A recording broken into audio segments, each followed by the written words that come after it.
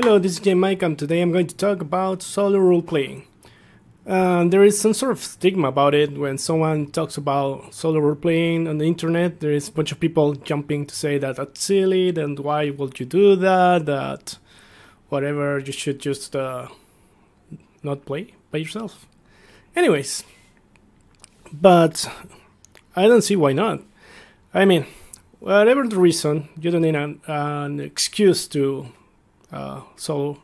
Well, if you can't find a group or you can't set proper time with your friends, or maybe some people just don't like people, or some people are not, people persons, and whatever reason, why not? And also, it can be like me that I currently DMing a bunch of groups and still play solo, because that way I can test adventures, characters, ideas, systems, etc. Right? Okay, so what do you need to play solo? First, you need some sort of DM emulator or Oracle system. This could be as simple as just tossing a coin to have yes or no questions, or you can use some sort of dice system for having more complex answers, right? There is a bunch of systems out there. There is free systems, and there is also books. For example, there is this little PDF called the Mythic Game Master Emulator. I use part of it. There's a lot of tutorials out there of how to use this particular system, but I don't use it as written, but whatever I just want. I will try to summarize what is it about, just really quick. Well, the Mythic Game Master Emulator, it's a system that helps you answer questions that you will normally ask to your GM, right? But for example, it works like this. You set a scene, place, what's the characters on this scene, tone, etc., and then you play. And whenever you will ask your GM questions, use the chart to answer. There is two kinds of answer. One that is the yes or no question. It can be answered by the fate chart.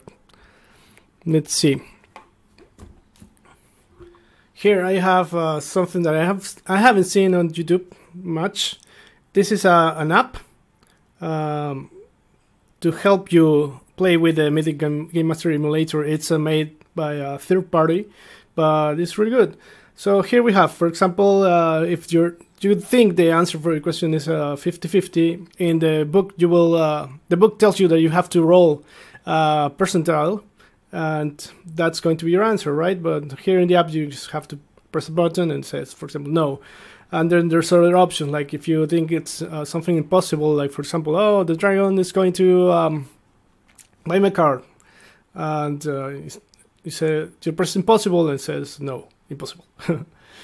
Anyways, these are all the other options, and also there's a chaos factor that make it more random or less random as you progress and get to new scenes.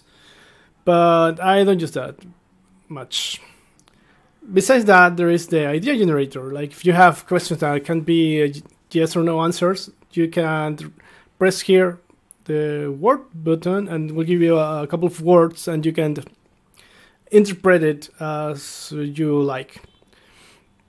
Okay, I understand this one, so I will roll again. For example, it says savagely shoe. I don't know. If I ask what kind of monster is in this dungeon, and it says savagely shoe, I will assume there is some sort of animals, maybe a boar or something like that, right? Besides that, we have also an image. I think this is not in the PDF for Mythic, but it's more like those games of dice that have different pictures on them, and you have to make a story with them.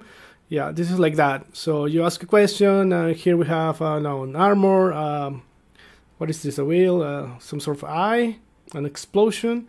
So if you ask, I don't know, what's this adventure about? And maybe you have to find an armor that's in a dungeon, which entrance is a wheel, and the enemy is a big eye like Sauron or something. And in the end, everything is going to explode or something. I don't know.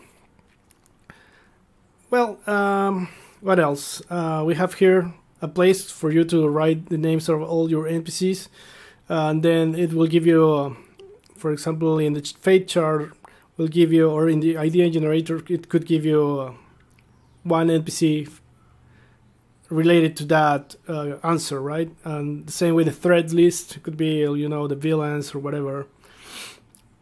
Yeah, and as I said, I don't use it as written this system. And something important. This system is not a system, you know, to play by itself. Even though it says in the book that you can do it, but you could play whatever role-playing systems like D&D or Savage Worlds or I don't know, Vampire, whatever, and use this as your GM. Well, I think I'm going to put all the links in the description of the video. There's where you can find this emulator and other resources for solo role playing. Probably we're going to make another video explaining what do I actually use in my games. Well, that's it for today. Don't forget to like and subscribe. And what do you think about solo role playing? Have you ever played by yourself? Well, goodbye and keep rolling those dice. And by the way, well, Happy New Year's to everybody. I think my next video is going to be next year. So, bye.